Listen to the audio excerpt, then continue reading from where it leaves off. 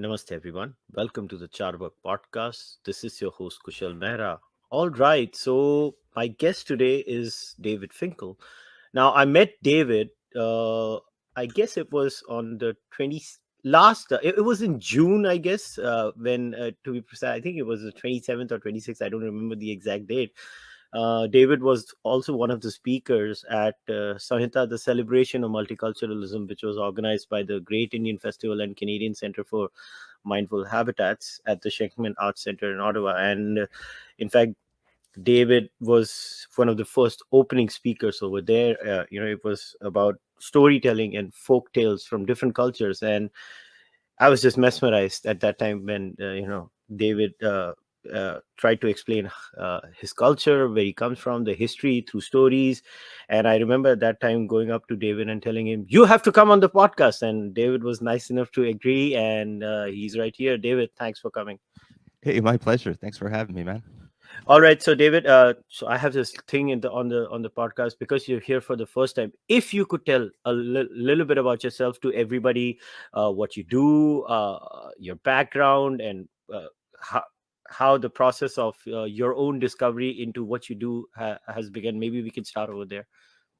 Sure. I like long walks on the beach, sometimes chilling with Netflix, dinner and a movie. No, I'm just joking. It's the worst thing in the world to talk about oneself, you know.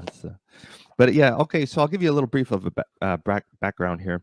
I come from a place called Tynanega Mohawk Territory, which is in between. It's on the 401 highway in Ontario, Canada, in between the two large cities of, well, we consider them large here, Kingston and Toronto. So on the 401 there, along the beautiful Bay of Quinte, is a nice little bay that separates a large body of land that is in Lake Ontario. So it's a very shallow bay, good for fishing, very popular spot. People usually have to travel through there if they want to go to Sandbanks Provincial Park, which is a very popular, unique land area. It has like rolling dunes, and there's nothing really like that in Canada except for that spot, pretty much. Anyway, so that's how people usually know where I'm from. It's a Mohawk Indian Reserve, although we don't really call it a reserve, we call it a territory. And that's where I was born and raised. And when I was a young boy, wasn't really a lot of development there. Now, if you were to go there, well, the roads are paved and all the houses have hydro and running water and stuff. And but when I was young, we were living in spots that did not have running water, so you had to wait for the rains to come, and you would run outside with a bar of soap because it was shower time. You know. Wow. Yeah, I know. Canada considers itself a very rich nation, and it is, of course. I mean, on paper, but not necessarily for the Indigenous folks that live here. Still to this day, in fact, we have something like 76% of all of the Indigenous reserves. They're not even able to drink the water because if they have water or if they have housing, there's a lot of disparities there. But I loved it. It was a good area to fish. And so then I started making drums, and we do the powwow circuit. A powwow is like our party, man. It's like I guess it's the closest thing to like a gypsy lifestyle that we have here in Canada. It's where you travel around and you set up your tables and you sell your handcrafts, and we all know each other. And on the weekends, on the different Indigenous reservations, we set up and we sell and we trade our goods, and it's skins and handmade instruments, these sorts of things. And yeah, we travel around. It's a good life. We help each other out. You see somebody with a flat tire, you help get them to the next powwow. We call it the powwow highway. It's kind of like a way of life. Some people call it the red road, because European people, when they came over here, they called us red Indians and stuff. We don't really use those terms and stuff like that, but anymore. But that was just because Christopher Columbus was really, really terrible at geography. Yeah, he was looking for my people. Yeah, he got a little mad. I tell you, maybe he got the crappy end of that stick. I don't know. Well, I know we definitely did, anyways. Yeah, tell me about it. I can hear you. But on the term, David, I actually, like we were discussing offline, I'm really, like I was petrified. Literally, like what is the correct term that I use? Like I mentioned to you, when I went to Australia, the term they use is Aborigines. Now in America, they call them Native Americans, right? That's the term they use. So now, so what is the correct term if I was to talk about it and I was to discuss the indigenous people, the first people, the First Nation? Because I've heard the term First Nation, I've heard Inuit, I've heard Indigenous. So are there differences? Are there subtleties? Then different people have different terminologies. So how do we know about that? Yeah, it's interesting. That's what happened was when Christopher Columbus came over. Of course, like you said, he was looking for India, and he's like, "Oh, who put this land here? I guess I must have hit India." Well, he was kind of wrong about that, but the name stuck, and so that's why a lot of us were called Indians for so long until very recently. And the term, like for instance, you mentioned the Aborigine of Australia. It's very close to what we used to be called until just maybe uh, 10 years ago, not even. Oh Uh, wow. we used to be called Aboriginals. And Oh. a lot of people took exception to that. And the reason is because Aboriginal, technically, if you look at it in the dictionary, the term means other than normal, like different than normal. And we were trying to say, well, hey, we are the normal here. We were always here, and so you know what I mean. So it's like, how can we be Aboriginal? If anything, it's the Europeans that are Aboriginal. But that term, you can even hear it used now. Native Americans. There's another one too. Why is that strange to use? Uh, it's not offensive or anything, but sometimes it can be considered a little bit incorrect because America is very young in the scope of things. And just recently, actually, I was looking in the news, they found footprints uh, down in the southern states that are like possibly 23,000 years old from indigenous Wow. people that were here. Yeah, a good long while, right? So when we see things like, for instance, Canada Day, everyone's like, happy 150, whatever we're at now, we're a very young nation. And I'm like, unless you're Aboriginal or Indigenous or whatever word you want to use, right? Unless you're Indigenous, there's happy, 23,000th. Because when do you start counting from? Just when the colonials arrive? You know, so what kind of has happened here is because there are three distinct um, cultural groups for the most part in Canada. Mhm. Things are generally sort of accepted as First Nations, which is that's like your Indigenous folks like Cree, Algonquin, Mohawk, like myself, Mhm. um, Salish, all these different nations, Ojibwe. I mean, there's like 79 distinct languages and cultures in Canada alone. Open that up to the rest of the Americas, and you're into over 2,000. Um, so, and if you go up north, we have our Inuit. So there's number two. You have First Nations, Inuit, and we can't forget another group of people. It is kind of a combination of European and Indigenous, like Mhm. First Nations. They came together and formed their own culture and settlements that predate the Dominion of Canada. And we call those people the Métis people. Okay.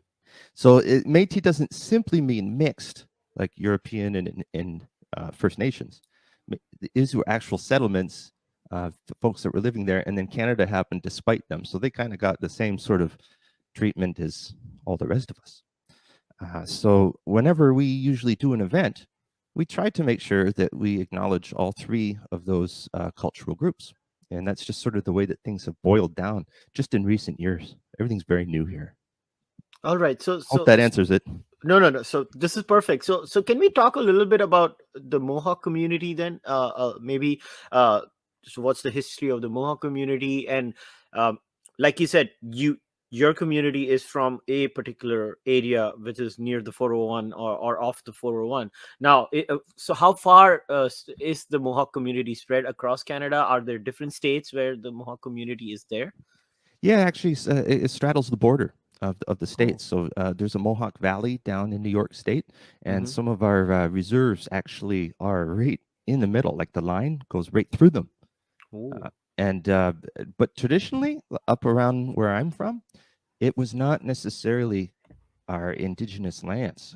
We That's a long story, and I'll wrap it up really quick for you here, because we don't want to talk about too much boring history stuff. But what it was the Queen of England and France, they were fighting over the colonies for all the profitable fur trade, and they wanted control over those colonies. Timber too for the masts of ships, these sorts, and they were a huge naval power, both of them. So we got drawn up into a lot of those conflicts. And after we made a deal with the Americans that they reneged on and didn't actually end up honoring, we were kind of left without a territory. But we were known as fierce warriors. So we actually sent a guy, Joseph Brant. His native name was Tainanega. His father was a captain in the British Navy, and his mother was a Mohawk. So, and because it's a matriarchal society, he was kind of a hereditary war chief as well. The word Tainanega means two sticks bound together. So he was strong because he had one foot firmly planted in each of those. So he was a good diplomat to send very, very early, 1700s, you know. So we sent him to England to meet with the Queen, and he looked at the Queen and he's like, look, you're losing the colonies. France is going to kick you guys out of there. You need us, and we need a parcel of land because, you know, we've been kicked out of ours because we would grow corn. We weren't just a hunting culture. We needed land to grow our beans, corn, and squash.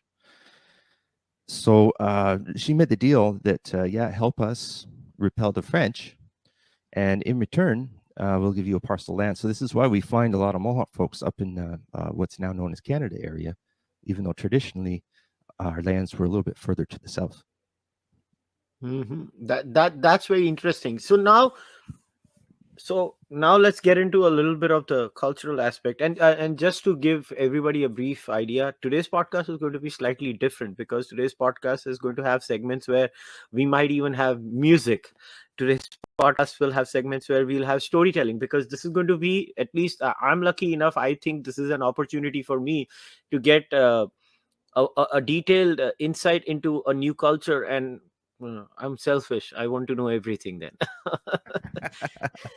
So it's like that. But okay, let's talk about, maybe, because let's start with the storytelling, because I think that's a perfect segue um, into the mindset and the faith and the beliefs of the community itself. And I mean, and I'll tell you why I'm requesting you to maybe narrate the same story that you did at the festival where we met, is because I could relate to it, because the background I came from, if you remember, I narrated one of the commonalities that I heard in your story with the Bhagavad Gita, and I was like, wow, I mean, these are so different cultures, and you know, we have similar kind of lines of thinking. So maybe if you could narrate that story, it would be amazing.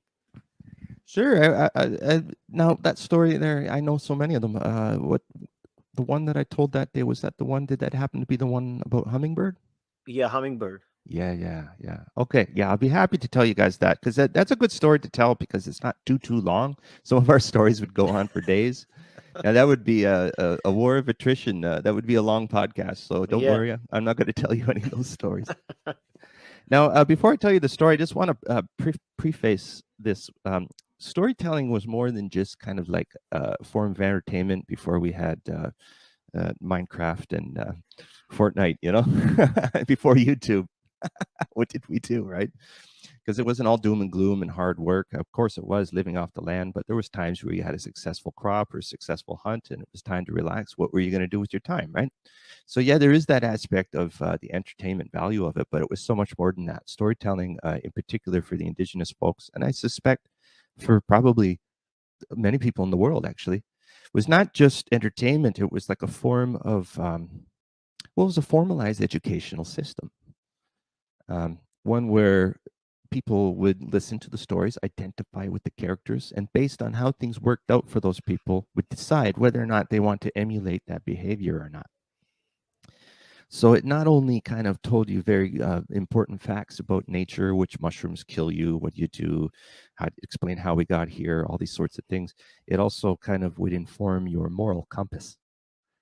And so it wasn't an institution we didn't all go to a spot and listen to people that were recognized and accredited and then get a diploma at the end of it. Because it wasn't like that when the Europeans came over and they were like, oh man, these guys got no schools. What are we going to do? We better build some schools and kidnap their children and force them to go there. It went right over their heads. They didn't see the subtle way in the way that we did our teaching. So yes, we didn't have schools, but we definitely had learning. So just with that in mind, I'll tell you the story now. Sure. And so now, kind of like with that in mind, see how maybe this story might help inform someone's moral compass. All right, here we go. All right. Okay, so this is before the time of humans in North America. And many, many years ago, it was just the animals in the forest. And the animals all spoke the same language. And the leader was Bear. Bear was a very good, courageous leader. You know, he ate plants and medicines, knew how to outsmart the winter by sleeping through it. Was very courageous and had a very keen sense of smell, which was put to the test one day when he woke up from a nap on a hot summer day to the smell of smoke. Of course, it was one of those dry summers where there's no rains. And when you walk through the forest and you hear the crispy leaves and the sticks breaking under your feet because there's no moisture in the ground. Sure enough, lightning had struck and created a raging fire. Well, he knew the danger that was involved in this, and being a good leader, he wanted to take care of his people. So he stood up on his hind legs and he roared at the top of his lungs. He said, "Animals, get down to the water's edge as fast as you can. You'll be safe there. There's no way the flames will be able to cross the water. Get there as fast as you can." So they did. There was a big stampede of animals. You had frogs hopping and snakes slithering and deer galloping, birds flying, and they all congregate on the edge of the water. And they turn around, immediately relieved that they survived. But then their relief quickly turned to sadness as they turned around and they saw their forest home burning out of control. When we look at woods, we don't see undeveloped land. We see a pharmacy, we see a hospital, a wellness center, a temple, a grocery store. So that's everything. Oh man, what are we going to do? They were so beside themselves. They were so upset. And then they just heard this strange sound. Zoom, zoom. Of course, it was hummingbird. Hummingbird, his wings flap so fast. They hum, hence the word hummingbird. So hummingbird went out over the water and they observed his behavior. What is he doing? He gets down to the water, hovering. He takes his beak, which is just like a little needle, puts it in, grabs as much water as he can carry. He takes out water, one single drop, flies over the fire, gets down as close as he can. It's raging. It's hot. He's sweating. He's ready to burst into flames himself. He gets as close as he can, and when he can't bear it any longer, he drops that drop of water. Now, if this was a Disney story, it would be magic water, the fire would go out, and we'd sing a song about it, and you could go to McDonald's and order a Happy Meal and get your toy made from the characters. Well, guess what? This isn't a Disney story. What can one single drop of water possibly do to a fire? Nothing. It just turned into steam. So he goes back and he grabs another drop of water. He grabs that drop of water, makes the trip again, drops it.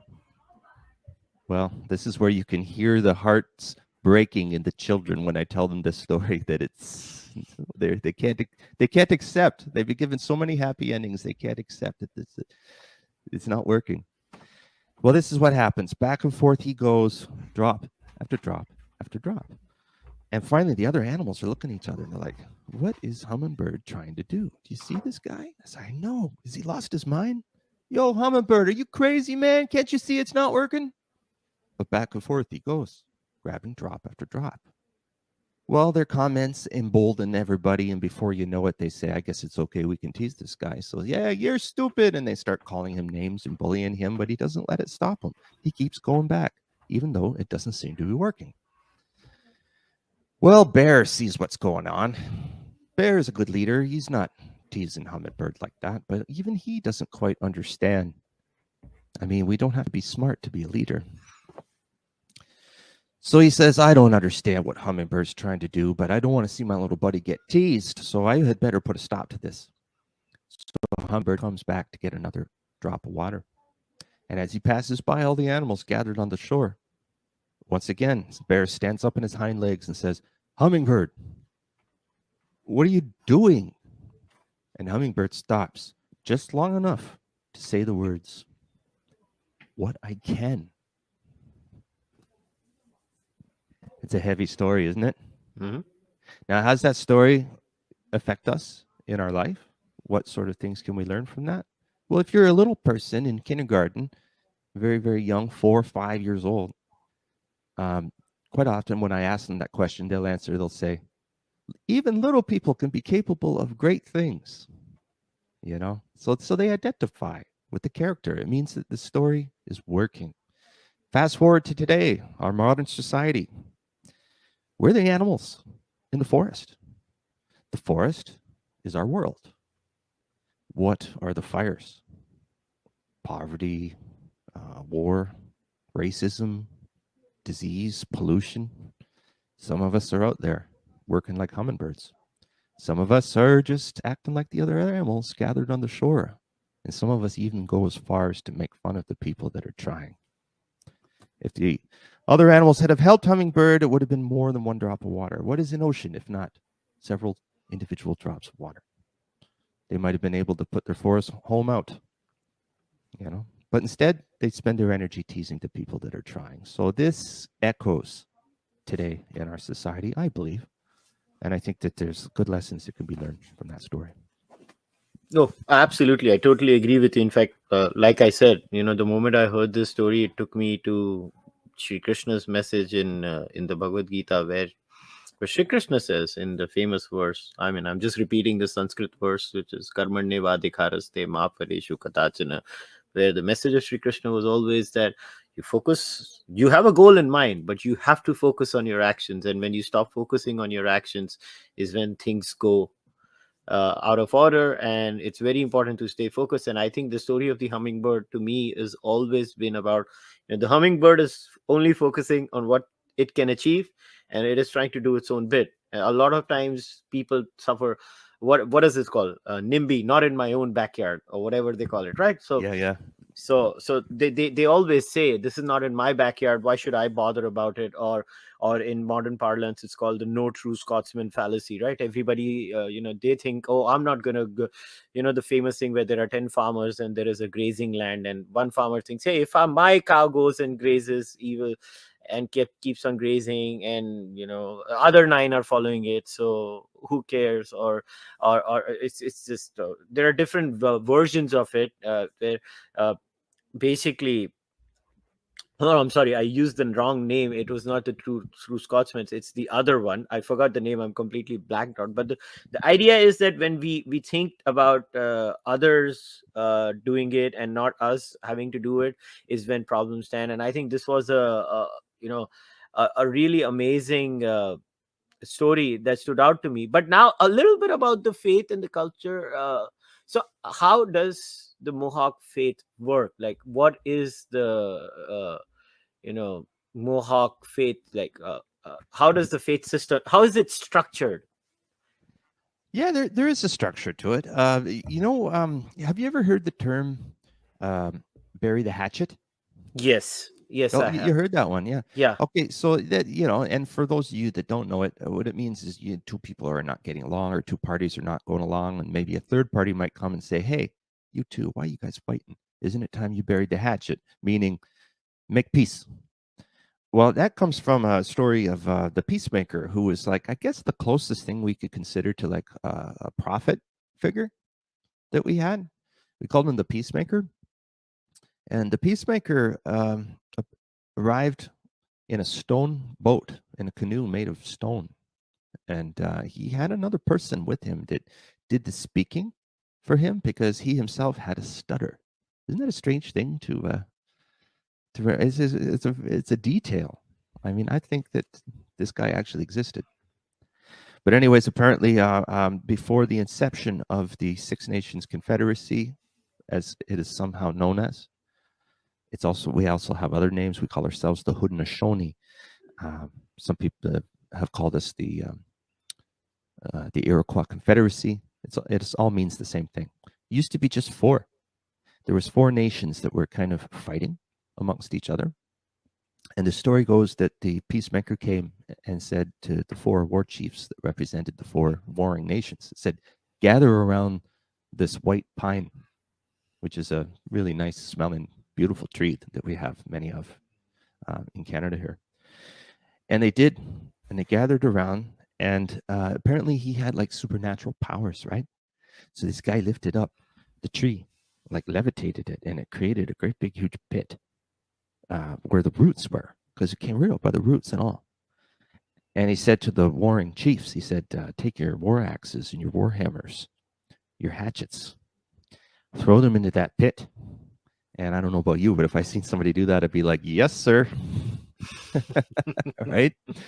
So they threw their weapons into the pit, and he replaced the tree and said through his interpreter, said, if you ever have another idea that you guys want to go to war with each other, come to this white pine, which now we call the tree of knowledge, and think and smell the fragrance that comes from this tree, and be in the area where the tree grows, which is a very peaceful, wonderful place, and think and don't fight. So that's where the term "bury the hatchet" comes from. That's Fascinating. Yeah. It's not just like a cool saying, but it informs the beginning of our political and faith-based system, where we respected each other, and we actually, like I was saying before, we weren't predominantly a hunting culture. We did grow food, so we were sedentary. We grew beans, corn, and squash. Seeds that had been traded up over centuries from down south and slowly acclimated to the more northern temperatures. Agriculture is a huge part of our culture. A lot of people think of Indigenous people and they don't think of farmers. Mm-hmm. Well, we gave the world beans, corn, squash, tomatoes, potatoes, hot peppers, chocolate. All that is almost enough to make up for tobacco, right? Sorry about that one. Although you can't blame us for that. What they're doing to cigarettes and stuff like that is not the way that it's a mockery of a sacred medicine is what we see that as. But anyways, so yeah, that what we could do historically is we took down our palisade walls, because when you start to grow food, you can't just pick up and leave when someone comes and wants to pick a fight with you. You know, you can't just pick up your crops and take them with you. You're firmly rooted where you are, and you must defend them. So that made that we had to put secure walls, palisades, around our villages to protect those crops. Part of the deal of our peacemaker bringing peace to us and informing our political system and faith was that we would take down those walls, and we did, and they were down for centuries until the colonials arrived and began to turn us against each other. So, I do remember the name now. It's called The Tragedy of the Commons. But now to the main point. So, if I was to ask you this, David, and we don't need to dwell a lot of time on it, but I think, how much of an impact did colonialism have? I'm not talking about on the physical aspect, but on the mental aspect of Indigenous cultures in Canada. Well, there's many words like language. We can go back to language for that. There's many words that we did not have in our languages. And that is revealing to the concepts that those words represent. Meaning, if we didn't have words for them, we probably didn't even have the concepts for them. Things like, I'm sorry. We had no word for sorry. We had no word for please. We had a word for thank you. The general way that we would think, I don't think anybody can know now that is alive, because we're talking about kind of like a total sort of harmonious living with nature for tens of thousands of years. No toxic spills, nuclear waste, wars where millions of people go and fight other millions of people simply because they pray to a different god. We had skirmishes, but it was always land-based. It was like you go to put your snare on a rabbit run, and you notice there's already a snare there. Hey, what's going on? One of us has to go because we require a certain amount of acreage to draw a living from the land. And now that's out of balance. So we had those kinds of conflicts, but not the kind of conflicts that you see in the world today, where, tens of millions of people die.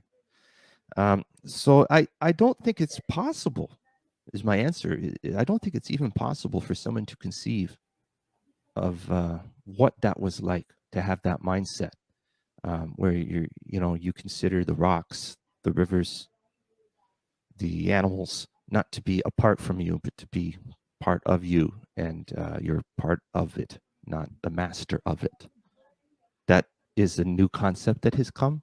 And us here in North America is a very capitalist culture. So it pays to breed entitlement into people that you want to buy your product. Because without that entitlement, you deserve this product that I make. You owe it to yourself to get this product. These sorts of things. Those are alien concepts.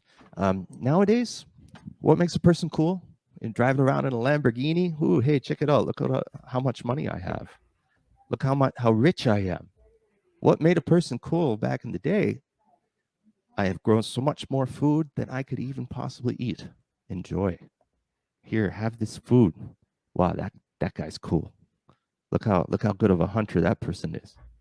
They share with everybody. That's what made a person's social status high within the tribal hierarchy. Somehow that got twisted around. Now it's like, I have so much more than my share. Look how cool I am. And it's a result of colonialistic, capitalistic ideals. That's my opinion. And if I was to then ask, what kind of measures are different communities who are, whether they're indigenous or the First Nation communities or the Inuit communities, so what measures are being taken from the community end to maybe tackle this way? And look, I'm not going to be saying that uh, there's nothing good that the modern world has to offer. I'm not one of them, nor am I making that claim. And I guess in my way, in both the senses, both we are talking as two cultures who have suffered from colonialism. Like, we also were colonized by the British, and so were you. uh, One major difference is, my colonizers left. I don't know how else to say this, right? I mean, uh, I don't know how else to say this, to be very honest. That's the only way I can say it, because yeah, they came, but at least one colonizer left. I know there were different colonizations before that. Many did not leave, but uh, the one that particularly we have in common, they actually, they were pushed out after a freedom struggle. It took us 200 to 300 years, and we pushed them out, or for whatever reasons they did not find it viable, and we just made sure that it is no longer viable for them because we kept on fighting. And today, how does the community in Canada and try to deal with it? How does one come to terms with these realities? And if I was a young child born in the Mohawk community, and I asked this question, that okay, so we are the First Nation people. That means technically the community I belong to is literally the first community over here. But there are these people here. So how do we build that relationship in today's world then? I think that that question is a very complex one in many respects, but also simple in the respect that, because if you look all over the world, you see indigenous cultures are beginning to make contact with one another. So that's one good aspect of the interconnectedness that we did not have before. Mhm. So that is a good thing. We have a lot of cultural sharing where, for instance, in Australia, they handed out, I remember a few years back, they handed out some passports issued by the traditional Indigenous government there. Fascinating. Yeah. And one of the first things they were going to do is like, we have to use these because, like old saying, use it or lose it, right? Mm-hmm. Mm-hmm. So a lot of those traditional native Aborigine people started traveling all over the world on these passports. They raised money to go and do it. And of course, when they went to each individual country, they made contact with the Indigenous people of those countries. This is one of the very popular things, what we do. Is when we go to a country, like even think of it from like a tourist standpoint. You go to Hawaii, do you want to buy something made in China? You want to have a Hawaiian experience, right? Yeah, yeah. I mean, not everybody agrees with that, but that's the way I look at it. When I go to a place, I like to get something original from that area, something that makes that particular area unique. Now, what does that more than the Indigenous people and their crafts and their culture that come from that very land? So unless you're one of these tourists, like to go sit on the beach and like, hey, bring me a drink. But cultural tourism is one good way of doing that because, see, when you go to these countries, you can make contact with these Indigenous nations, like the Aborigine people did when they came here. And we hosted them, and it's just wonderful experiences. You have to be very careful with these experiences. If you're not careful, they can give you hope for humanity. Yeah. So if I was to ask you, let's say if I am a person traveling in Canada and I did want to experience something like this, if I wanted to, is there a way, if I because many people in India are going to listen to this, and some of them might travel to Canada. So let's say if somebody wanted to come and experience the Mohawk way of living, and if they could maybe even help the community in some way or the other, if you could tell us the problems the Mohawk community face, or just in general different communities face in Canada, and how could, say, Indians, not only Indians who live in Canada, who have become Canadian citizens, who are Canadians now, of Hindu faith or other faiths of India, Muslims or Christians or whatever faith they are, or just Indian tourists coming here. Tourism is a big industry at the end of the day now that we have kind of gotten over COVID partially, and things are opening up. So how could maybe we as a community reach out to your community, and how do we help the community out? Yeah, very cool. Well, this is how I met you, man. It's just, we're doing it, Yeah, and we we're did. using these modern tools. It's like lately there's been this shift. Now, initially, I would say not very long ago, we had some conservative governments here in Canada not too long ago that they're very more resource based, and because a lot of where they extract the resources, the closest communities that live in those rural areas are ours. So it's not in their interest to play nice with us. They don't want to share because a lot of the times they're extracting resources from areas that there's treaties outstanding and court cases outstanding on. So they're just trying to take the money and run, right? Before we get our crap together and sue them. Some of these court cases have been pending for at least 80 years. So they're very good at holding things up with things like apologies, and things like apologies are only ever for the apologizers. It doesn't change anything. If I apologize to you, I'm doing that for me, not for you. It's my way of saying, now you can shut up now already. You have no grievance with me. I said sorry.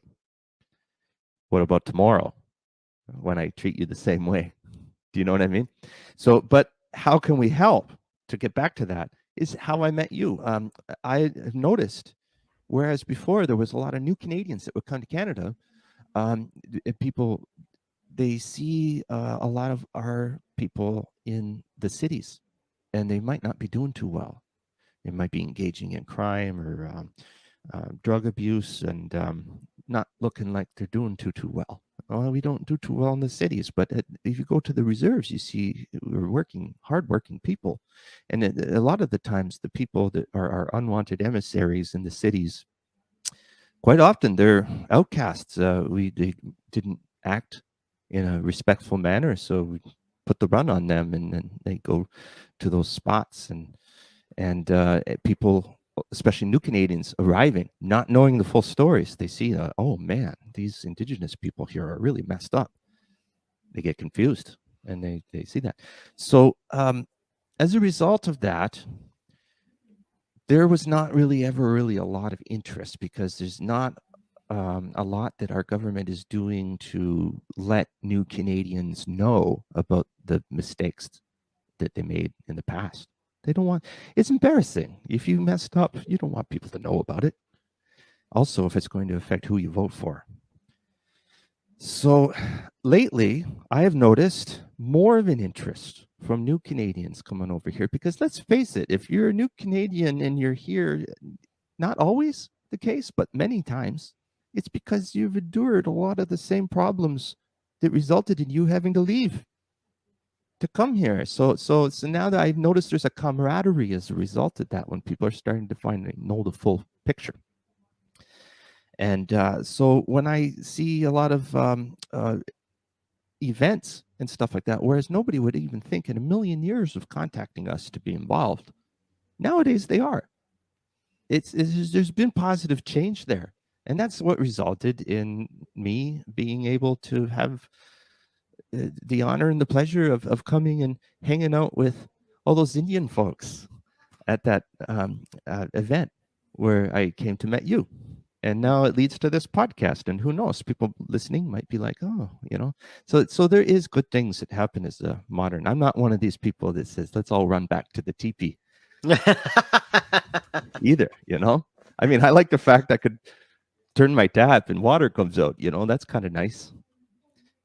Air conditioning in my old age, I'm kind of appreciating that too these days. I don't know what to say, but yeah, it can be balanced. So when you go to a different area, and I'm not just speaking for Canada and for Mohawk people specifically, but wherever you go, do responsible tourism. Make sure that you're supporting people that are engaging in good practices that do not negatively affect the Indigenous people of the place that you're visiting. When you want to buy an artifact or buy some sort of thing, get something that was made by those people. And that can be tricky, because there's many that exploit us to sell those goods. And a lot of those goods are not real. Do the research. Make sure that you're benefiting the artists. And since you're there, you're going to talk to them. You're going to learn about them. You're going to make friends. And so you'll learn about the culture in an organic way, not so institutionally set with dogma and business licenses. Blue light special, aisle 13, Indian names. You want your spirit totems, or over in aisle 3? It's not that kind of a thing. Do you know what I mean? It's supposed to happen organically. We're supposed to be able to look each other in the eyes and know who we're talking to and what information we're sharing. And you got to remember, not all of us are going to be very forthcoming about this information. We did not commit it to paper. This is strictly oral teachings. So we're careful of the information that we release, considering that only just in the 50s, a lot of it was illegal to share. These issues that I'm talking about with you right now, not too long ago, might get you in trouble for listening to me. They might even throw me in jail. And if we were engaging in music or ceremony and playing drums, and they would seize my objects and throw them in the fire because they're against God and they're looked upon as pagan, or they would kidnap them and put them into museums in Europe. We're still trying to get that stuff back. So basically just be a cool person. Mm-hmm.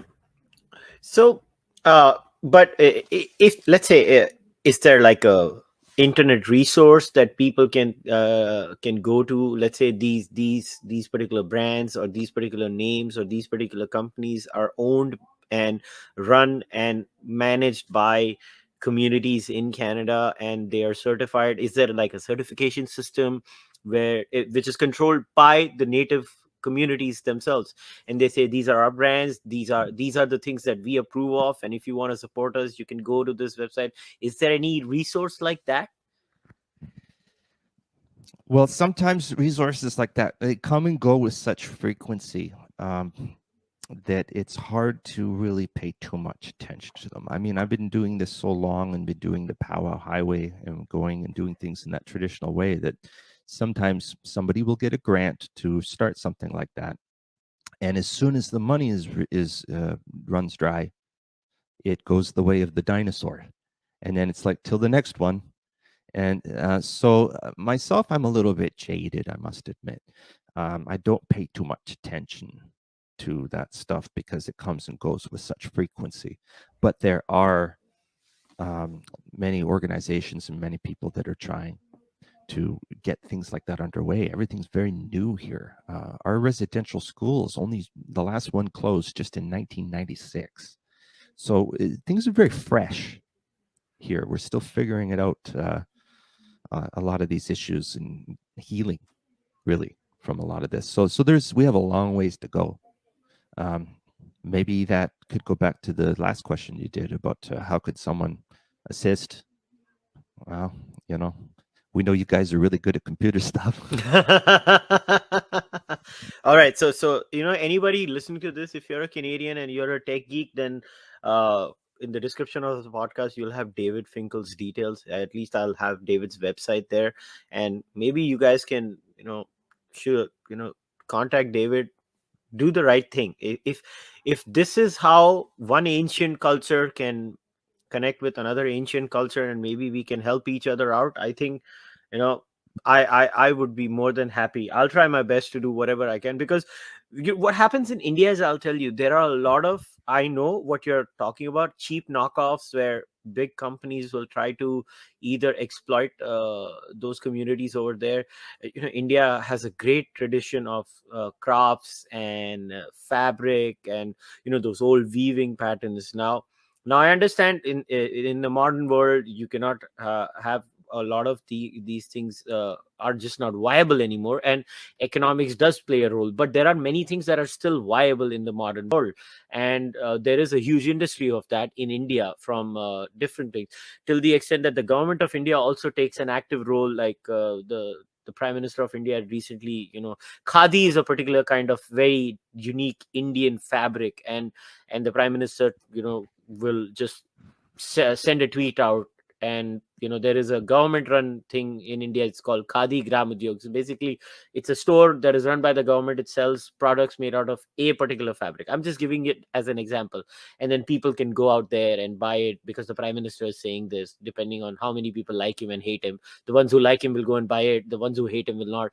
But that's how it's always, right, with politics. But I think if something like that was done over here, where different kinds of arts and crafts that are there, that are part of these communities that are there, if it and these are run by them, helped by other communities, and they certify them, and they have these lines set up, I think there is a market for all this. Like, I know Europeans, I know Americans and Canadians who buy Indian arts and crafts coming to India. They do buy it. It's not that they don't buy these things and they don't appreciate the culture, because they buy it because they really love the culture and they are fascinated by it. So I'm pretty sure it can be done over here too. I mean, I'm just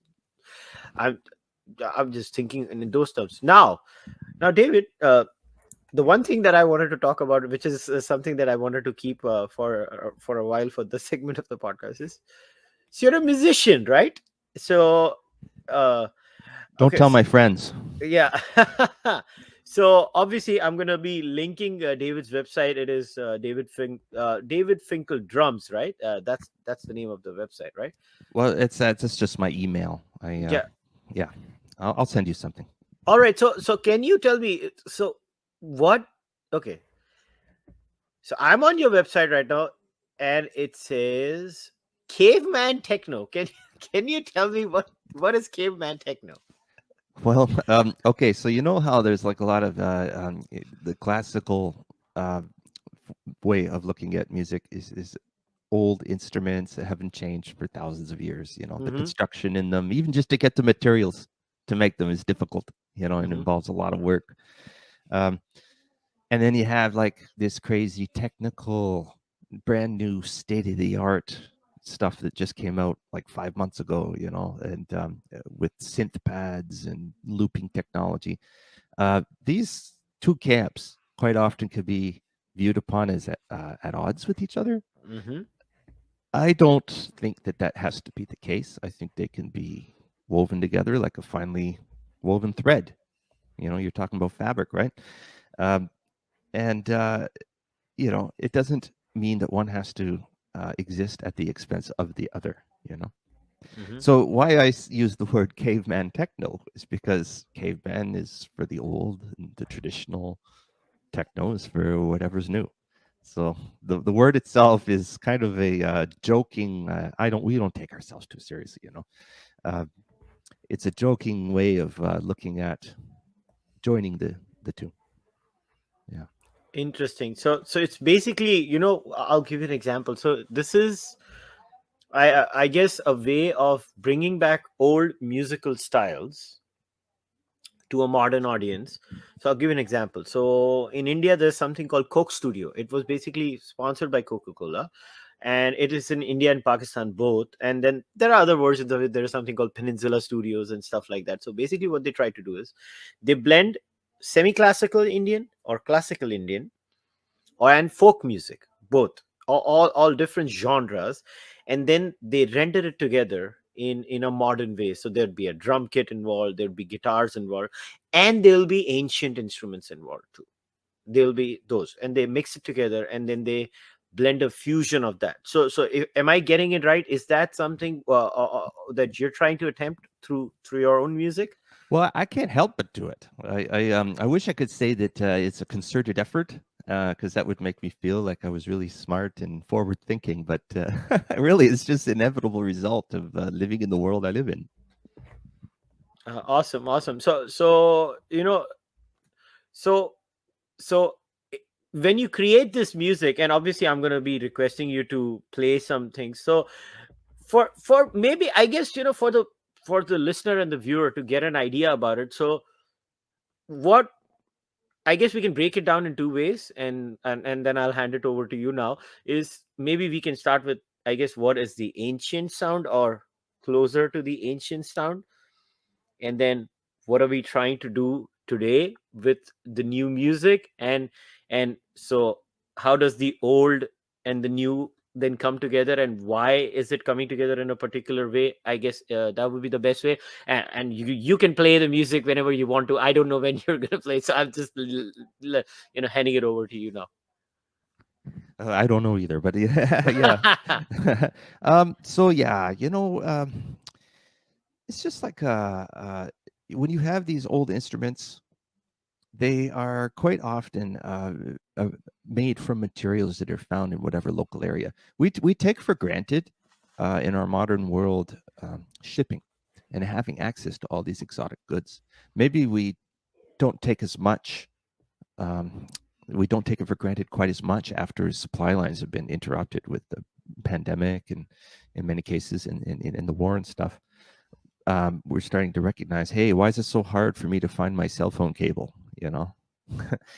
But shipping, supply lines, we absolutely take that stuff for granted. So when you look at the older instruments, they are made from materials that are found from the area that the culture comes from.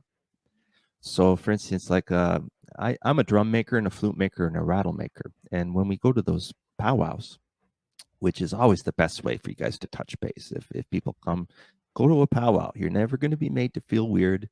We all make our own stuff. We don't want to go there and just stare at each other. We want people to come that we could share our culture with and be proud of it, and that actually have some bucks to buy our stuff. But so at the powwows, I set up my table. My family, we travel with the family. So we have two daughters, and I have a wife. My wife is a traditional Indigenous fashion designer. She does the same thing I do, actually, with her genre, Hmm. mixing modern clothing with furs and beads, and so we get along good. We used to travel. We met on the powwow scene. Actually, we were neighbors. I had my gazebo and I put my table out, put my my drums and my rattles out. She put out her clothing, and I looked at how nice her stuff was, and I was just like, oh man, I'm not going to make no money today. Look how look how awesome she is. She's going to make it all, you know. So I figured I better just marry her, you know. So we've been traveling around, and now we get half price booth fees. But yeah, because they charge us money to set up our stuff. But anyways, so yeah, we have two daughters. One is a dancer. She does the traditional dancing with the jingle dress, and the eldest daughter is a drummer and a singer herself. So we are engaging in our culture in a traditional / modern way. We don't paddle to the along the waterways in canoes carrying all our stuff. We drive a car that burns gasoline. We're part of the machine, you know, and we acknowledge that, and we do our best to try to lessen our impact as much as possible. But when it comes to instrumentation, yeah, it's always used. Let me show you. So I'll show you some instruments here. Actually, you know what? Sure. Maybe I'll switch angle here. Yeah, you can switch the other camera angle now. Yeah, that would be great. There we go. So Awesome. Awesome. so yeah, I'll switch. I'll put this microphone here so I can have my arms available to me here. Sure. So yeah, the things we use like our skins and hides to make the drums, buffalo horns for rattles, seed pods. Sometimes you get lucky. You get a real cool instrument that no human had to make. Nature made it itself. Mm-hmm. So we got a rattle here. So that's always cool when a human being didn't even have to make it. You know, we call those found instruments. Got it. And you could take cactuses, which are hollow on the inside, to store the water, but animals will steal it. So that's just why they have evolved to grow spikes. But if you take those spikes off and turn them around and stick them back in and fill the inside, then you get a rain stick. You fill the inside with little pebbles and stuff. So it's really cool ways, very simple, rudimentary designs. And then I have all these crazy synthesizers involving all the technology of humankind here. Mm-hmm. Buffalo horn, rattles, various types of things. Maybe I'll just kind of, I don't know, throw something together here. Sure. Yeah? Please do. Yeah, please do. Well, first thing first, let's give ourselves a beat. We'll go with some nutshells here. I got this looping panel. This is the technology part down here, and this is the Got it. part. Got it. All right. Let's go slow. We'll go slow. We'll just do a beat first. Cool.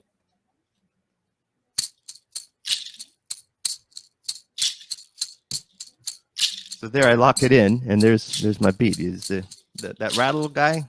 Uh-huh. He works cheap.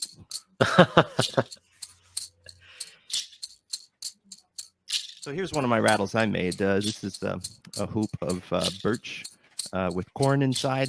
Corn, huge part of Mohawk culture, wrapped around with deer hide. So let's add this in here. Why not?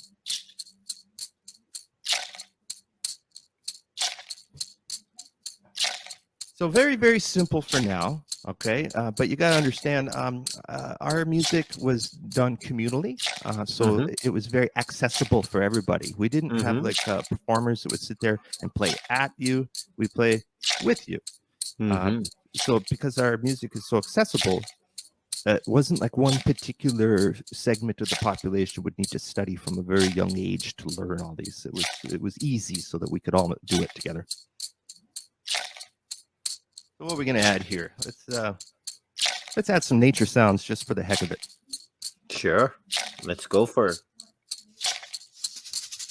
We'll get a little rain stick action here.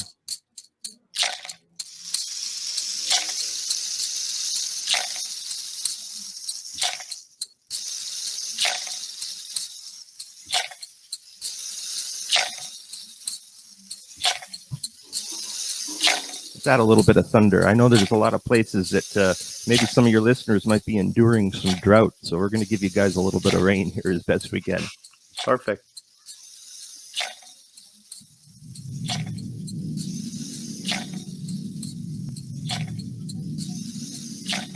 There, a little rain for you. And of course, now we'll begin to form the streams.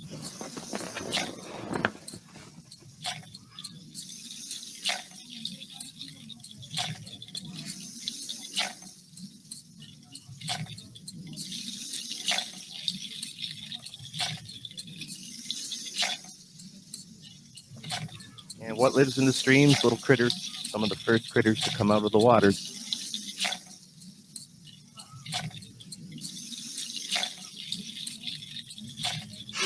Put our froggies in the stream here.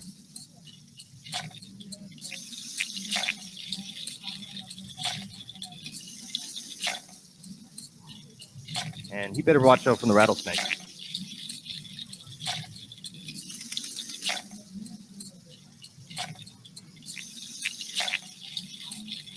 And we mustn't forget about our bird life.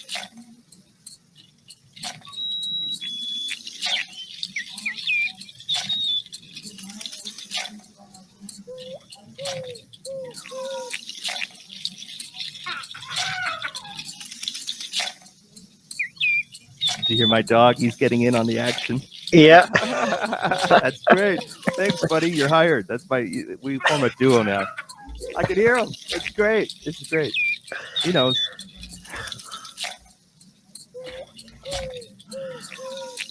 All right, we'll bring that down for now.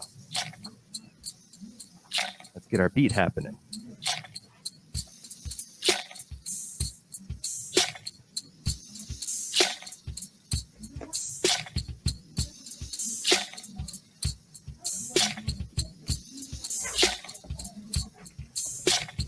Here, buddy. Daddy's playing music. My dog is bugging me.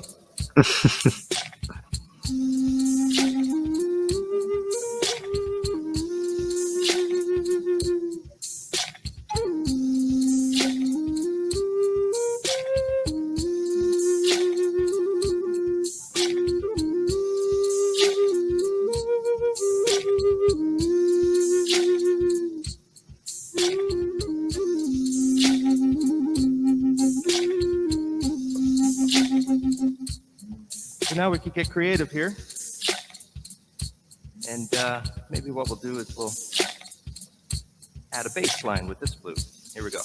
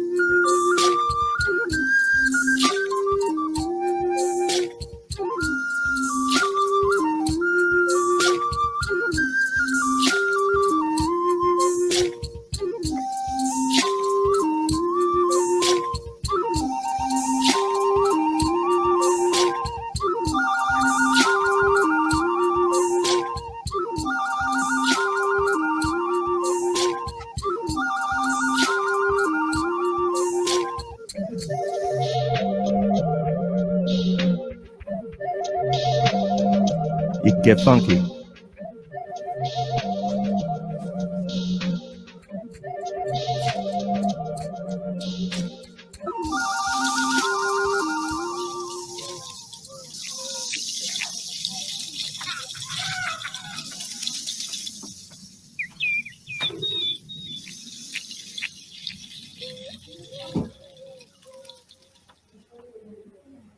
Awesome. That was brilliant, buddy. That was brilliant. You never know what's going to happen. I'm just having fun here, actually. I just kind of bought this thing, so I'm still figuring it out. But we can have fun, you know? Ah, I'll switch my camera back. all right. Thank you very much. This was amazing, and you know why I wanted to keep it this way, and I'm not even going to edit any portion out of it. The reason for that is I want it to be the way it is. You cannot have a a podcast which discusses cultures that are closest to nature, and then you meddle with them. You just leave it the way they are, and then you let the strings fall over there. But so as far as music is concerned, so you guys do like concerts, you're on the road constantly. Yeah, a lot of traveling. I'll be honest with you, a little bit more traveling than I would like. But once you get in front of the audience, especially youth, I have a special part in my heart for the youth because let's face it, it's more efficient to spend your limited energy that you have here on this planet building young minds than trying to change old ones. Mm-hmm. So, we just have to hope that we inform the youth tomorrow. Maybe things won't be too much better for us here now, but for our kids down the line, things will be a little bit better for them. The reason why we exist and why this culture exists today is as a result of very hardship and endurance that the people before us. So this is why we have such a respect for our ancestors and for our elders. Yeah. So you use the respect for elders. Now that's something very common in all ancient cultures, right? But even in the Chinese culture, or cultures in India or cultures across over here, what I see is that, and another thing that I constantly observe is, nowadays you have climate change and a lot of these talks, but if you really think about it, the ancient cultures were far more in sync with their surroundings then. And once again, I'm not saying, not am I going to dump my car or my house or anything, but what I'm saying is that what could communities, these ancient communities, contribute in their own way to the modern world, and how can Yeah. we draw that balance? So what would your message be on that end? Okay, so we don't just get to vote in elections. Hmm. We vote every single day, and the ballots are found in our wallets. They're called Hmm. dollars. Hmm. That's how you can vote every day because every time you buy a product, you are voting for that product. You got to think of your money as ballots. You're saying, I agree with the platform and everything involved that resulted in this product coming into my possession. So it's incumbent upon us, if we care, if we have a moral compass, anyways, to do the research involved that led to that product coming into our possession. A lot of us are working so hard, we don't have time to do it. So we say. But no change ever happened without sacrifice. So I think that the best way to try to improve that is spending habits. Because let me ask you something, all right? And you can answer me honestly. How long do you think a factory will make a product that nobody buys? How long will those lines remain open and will they buy that materials and pay those people to make it, or the machines pay for the energy to run it? How long will that run if nobody buys the product? Yeah, I won't stay open for that long. We'll shut down. There you go. So we have more power than we realize. People say the government controls the people. Well, the government caters to the market. The market is created by the people, therefore, the people control the government. It's cumulative. We all do a little bit. There's not one huge person doing a lot, not without our money. They need our money. We outnumber them. We forget that sometimes. It's convenient to forget it because then we don't have to go without. We don't want to go without. It's human nature. We want our toys. We want to go fast. Myself, I take the car to the powwows. I'm not paddling there in my canoe. Do you know what I mean? Like, so, we have to do what we can to make sure that our money. I constantly get my bank. They're bugging me. They're saying you have a lot in your savings account. A lot. Well, by my standards, a lot. I rent. I can't afford to buy a house. So they say, why don't you put this in RSPs and invest in this stuff? And I'm like, okay, well, tell me something that I can invest in where I could track it, where I could. And for a little while there, they had some programs, but they dried up and they went away. They said there wasn't that much interest in it. So I don't really have a lot of sympathy for our position that we're in as human beings in this. I want to sound bitter, but let me just leave it at this: is we make our own bed, we have to lie in it. I mean, how much sympathy would you have for somebody if they were driving in a truck going down the highway and they looked up ahead and they seen a brick wall coming towards them and they didn't have enough sense to put the brakes on? I don't know. How much sympathy would you have? Yeah, I see what you're saying. I mean, I think where I come from is human beings are a very ingenious species, and we create problems, we solve problems. Obviously, we give solutions to the problems created by us in the first place too, and I completely understand that. But I guess, yeah. So in our own way, you can try to use technologies that are more friendly to the nature, and what I guess studying the carbon footprint of everything that you do, everything that you use, and once again, like I said, it's the tragedy of the commons. Everybody thinks the other person's going to do it, and I guess the one thing that has always stood out to me whenever I've studied a lot of ancient cultures, whether in India or outside India, is their synchronicity is the right word with nature. They are far more incompatibility with nature, but then again, nature is ever changing and constantly changing too. So if you try to live in a canoe in the modern world, then you're also not in sync in many ways with nature, because nature Yeah. changes. Well, like I'll give you a quick little rundown. Like we have 4 seasons in this part of the world, and so we have spring, summer, fall, and winter. And Hmm. each season has its thing. So, like every time off that I get is usually spent in the collection of wild harvesting or hunting or snaring or getting resources that I need to make my instruments to sell at the powwows. Hmm. So, like in springtime, that's when we're picking wild garlic, wild leeks, fiddleheads. This is just this part of the world. And then it moves into summer, which is this is the time for growing. So you're growing and you're fishing, right? And then fall happens where all our autumn leaves kind of they're beautiful, and then they fall down and they create leaf litter, which our mushrooms grow in. And because the leaves all fall, we were able to have more visibility through the forest. So this is where we're able to hunt the deer, and it coincides with the time that the deer are not pregnant. So we're not affecting that next generation. That moves into winter, where now we can see the tracks through the snow, while we still have snow.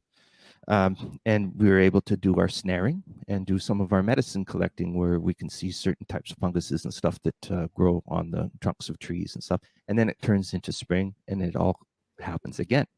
I engage in all of that. I'm making and doing my skins. I'm doing my instrumentation, and yes, I still drive cars, and yes, I still live in a house and using YouTube. I think this is YouTube, isn't it? Yeah. So you see what I mean? Like one doesn't have to be gone at the expense of the other. This is why my music sounds. I use these fancy schmancy gadgets here. I don't even own a cell phone, man. I'm not kidding. Yeah, I mean it, which was kind of the only way you and I have communicated is through email. That's about it. That's I it. don't have a cell phone. I can't use them, man. When you're in the woods and you're living like I live, and you want to be super observant, because I take 3 steps into the woods and I can identify at least a dozen different plants and medicines that are edible or help certain types of ailments. Every minute off that I get, I dedicate towards expanding that knowledge, and always more to learn. And the more you learn, the less you realize you know. So I have to have my sensitivity set high so that I don't miss anything. That affects me in the modern world a little bit negatively. I put a cell phone in my hand, and this is where everybody thinks I'm going to be wacky here, but like my fingers go numb, and then my wrist, and it travels up my elbow and gives me headaches. And I don't know if they studied that or whatever, but it bothers me. So I don't have cell phones. So my girls, it doesn't seem to bother them.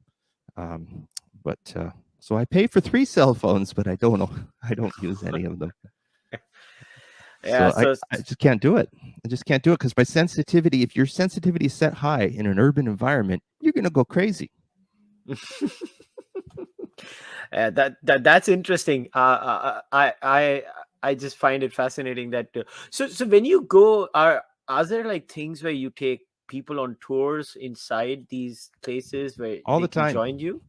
Yeah, all the time. I know now you're going to think I'm shamelessly promoting that, but I have some I want you organizations. to. I want you to. Well, I don't ever look at it like having fans. I look at it as having friends and Hmm. and learning partners. That's the way I look at it. This is why a lot of us traditional folks, we don't have websites. We kind of rely on word of mouth, and when people go into an area, they ask at the local community, maybe the Native Friendship Center. Every town has one. Say, or if they know an Indigenous person, hey, who do you know that could do? And you rely on that word of mouth because that person is recognized by the community. If they have a website and they're, you know, charging for ceremonies and sweat lodges and stuff, we don't take those people too seriously, to be honest with you.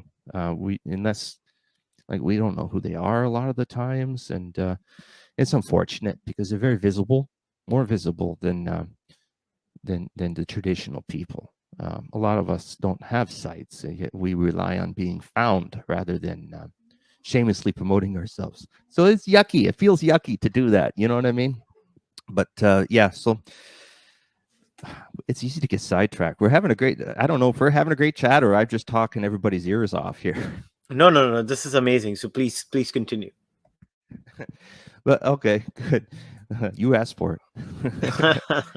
No, man, I just want to say this is cool. I've been looking forward to this. I looked at some of your um, websites just to see what I was getting myself into. Some of your thoughts. And Yeah. I was like, oh, this guy, he's not afraid of controversy. You know, it's cool. He's a funny guy. So thanks for having me, man. No, no. The pleasure is mine. And before before we wrap it up, I just is there anything I want you to have the last word. So, is there any message you want to give? Is there anything else you want to say to my audiences? Please go for it. Oh, well, I would say maintaining that respect for local traditions. I mean, myself, well, not too recently, actually, not too long ago. It was just before the pandemic. We went to Morocco, and we were meeting with Indigenous Berber folks, Amazigh folks, Amazigh. I hope I pronounced that correctly. But very cool folks, and it was like one of these festivals where there was like 75 different countries were represented, and uh, on the ground level, despite our government's best efforts to divide us and the media's efforts to get their clickbait to divide us and sell their ads, on the ground level at these little grassroots festivals where all these cultural people are showing up and learning from each other. Like I was saying before, if you're not careful, it'll give you hope for humanity. Those are great. So if you have come to Canada or the States, make sure, or Mexico, anywhere in the world, actually, make sure that you try to touch base with those local people. They might be a little harder to find, but the experience that you get and the wonderful friendships that you build with those very, often very genuine people, it will be very precious indeed, more than the kind of relationship you could have with, say, Walmart. No, it's awesome, man. David, and I say this with all seriousness. When I met you and I saw you on the stage, uh, it was such an amazing experience. I think it was, I mean, if I can remember the name, it was Laura and you, right? Both of you were there, right? Yeah, my wife joined me for Yeah, that one. yeah, Yeah, yeah, yeah. yeah. So it She was, quite often when she's there at my side playing drums, singing. yeah, She's a singer too. it was a wonderful experience. I just had a wonderful time, and the moment I saw you perform over there, I was like, I have to get him on the podcast. It's just at that time I had decided, I don't care when it happens, but I'll make it happen. I'll make sure, and Well, you know, thanks I for having me, man. And I suppose even a broken clock is right twice a day. no, it's amazing. You guys are amazing. I just have so much respect for what you guys are doing, and and I hope. people learn something from conversations like this, and people try and understand that yes, beyond our innate groupthink or our innate anger, there are many things that we can celebrate. And I just had such, like I said, I'll say it again and again, I had a wonderful time meeting you and Laura, and I wish you to all the best, and I wish the communities all the best. And I hope people who listen to this podcast, or either on the audio version or who's going to watch this on YouTube, they try to find out more about cultures like this, especially all my Canadian audiences. I hope they do. And once again, David, thanks a lot for coming and speaking with me. My pleasure. My pleasure. If anybody's ever coming to Canada, find me on the Facebook. Get a hold of me if you're in the area. We'll show you around. We'll show you some stuff. Thanks so much for having me, man. Awesome. So, guys, we'll wrap today's discussion up. But before we wrap it up, in the description of the podcast itself, what I'm going to do is I'm going to leave David's website in the description of the podcast. There you have his Facebook connect, his email ID, and I would urge all of you, even his YouTube channel, go and check the content out. Try and understand these cultures. At times in India, we live in our own cocoons, because we are a continuous civilization, and in India it's a very common thing. Now we say we are a running civilization for thousands of years, and in one of the rare cases, Indians can say we are an alive civilization. We still have a civilization that is alive in the real sense, that it's been continuing the traditions. Like, you can trace it back to the Indus Valley, for example. The tandoors that we found in the cooking pots that we found in the Indus Valley civilization, in the archaeological digs, we still use them today. The bindi, the mark on the forehead that Indian women use, the vermilion, the sindoor, we still use them today, and we can date them back to thousands of years. And there are other cultures like us too. And a in fact, it's the responsibility of each and every Indian, as someone who takes pride in being an ancient culture, to actually find out about other cultures and celebrating them with equal happiness. And if whenever you find them, talk about them. And this is what I'm trying to do over here. My sole aim of getting David on the podcast was only to celebrate something which is like us, in that sense, who understands the world. So I hope you guys enjoyed this discussion today. Once again, go and try to check David's content out. And I know David doesn't have a cell phone, so I can't change that bit. And I don't want him to have a I cell can phone skin a deer though. So, and next time if you're in Canada, try to reach out to David. Go and check the Mohawk culture out, and maybe other cultures too. And as far as I'm concerned, you guys know the drill. You can support the Cārvāka podcast. You can like this video, subscribe to the channel, and do the other bit. I will see you all next time with another interesting discussion with another interesting guest. Until then, namaste, take care, bye bye.